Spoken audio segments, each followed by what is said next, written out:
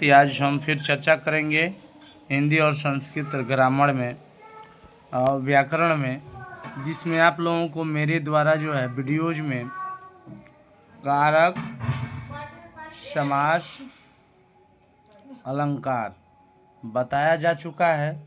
और आज थोड़ा सा चर्चा करेंगे संस्कृत और हिंदी से जुड़े तथ्यों पर और साथ ही साथ जो है व्याकरण पर।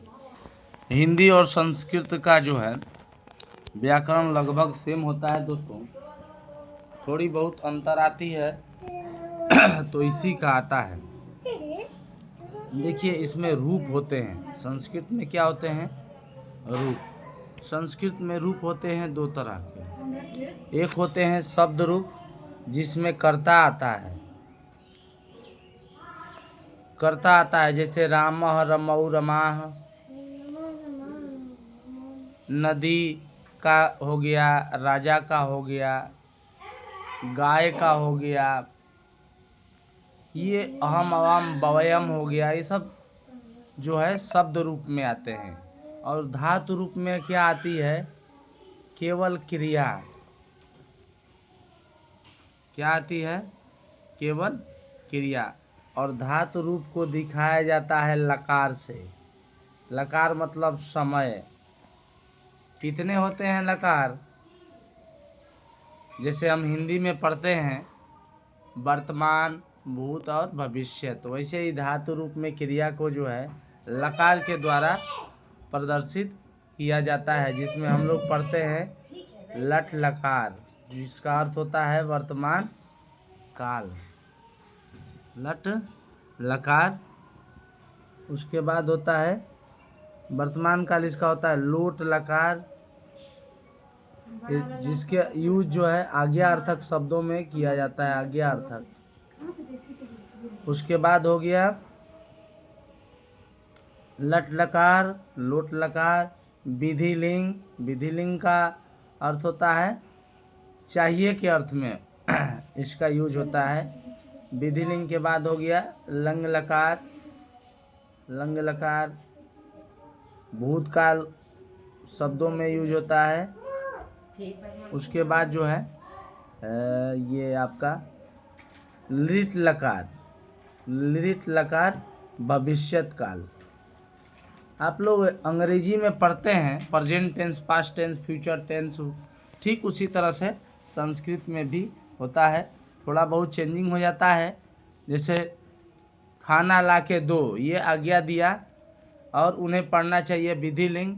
ऐसे शब्दों में जो है एक दो चीज़ें संस्कृत में बढ़ जाती हैं। तो हमने आप लोगों को बताया रूप। रूप के कितने प्रकार? दो रूप, शब्द रूप और धातु रूप। शब्द रूप में आता है राम, नदी, राजा, बालक, सब आ जाएगा, ऐसे शब्द रूप कहते हैं। और धातु रूप में केवल क्रिया आती है, जैसे लिखना, खाना, पढ़ना, रोना, ये सब क्या है? क्रियाएं हैं। और क्रियाओं को लकार के रूप में बांटा हुआ है। लकार कितने हो गए? 1, 2, 3, 3, 4, 5 लकार, यानी लट लकार, लोट लकार, विधिलिंग, लंग लकार, लिट लकार, ये समय है। उसके बाद चलते हैं वचन की तरफ। तो हिंदी में बात करेंगे तो वचन दो प्रकार का होता है, एक वचन और बहुवचन। लेकिन संस्कृत में जो है तीनों वचन जो है होते हैं, एक वचन भी, द्विवचन भी और बहुवचन भी।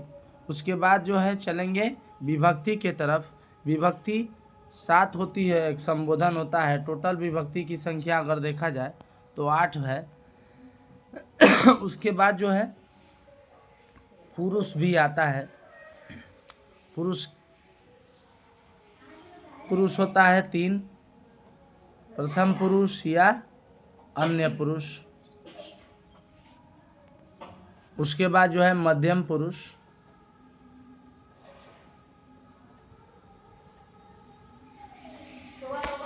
और उत्तम पुरुष। तो दोस्तों इस प्रकार से पुरुष 3 प्रकार के हो गए, प्रथम पुरुष, मध्यम पुरुष और उत्तम पुरुष। इसे हम विभक्ति और धातु रूप जब आगे कुछ और टॉपिक्स पर चर्चा करेंगे तो पुरुष कहाँ यूज होता है और धातु का कहाँ यूज होता है आप लोगों को ज़रूर दिखाएंगे। इससे पहले और जानकारी के लिए आप लोग चैनल को ज़रूर लाइक सब्सक्राइब करके रखें और बहुत अच्छी जानकारी मैं हिंदी संस्कृत से दूंगा। उसके साथ साथ मेरे इस चैनल पे विज्ञान गणित भी आप लोगों को देखने को जल्द ही मिलेंगे। अभी मैं शुरुआत कर रहा हूं, जिसमें गणित का 2 चैप्टर पढ़ा चुका हूं।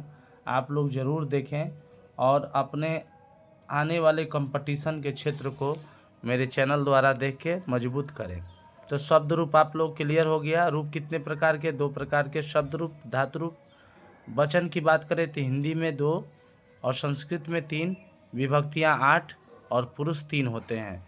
ये आप लोग जानकारी स्पष्ट हो गया हो तो कल मैं आगे पढ़ूंगा और थोड़ा बहुत चर्चा करूंगा धातु रूप के बारे में, कैसे पुरुष कहाँ जुड़ा रहता है और धातु रूप कैसे चलता है, आप लोगों को ज़रूर दिखाऊंगा। उसके बाद में आने वाला मेरा प्रोजेक्ट रहेगा संधि, तो आप लोग ज़रूर देखना।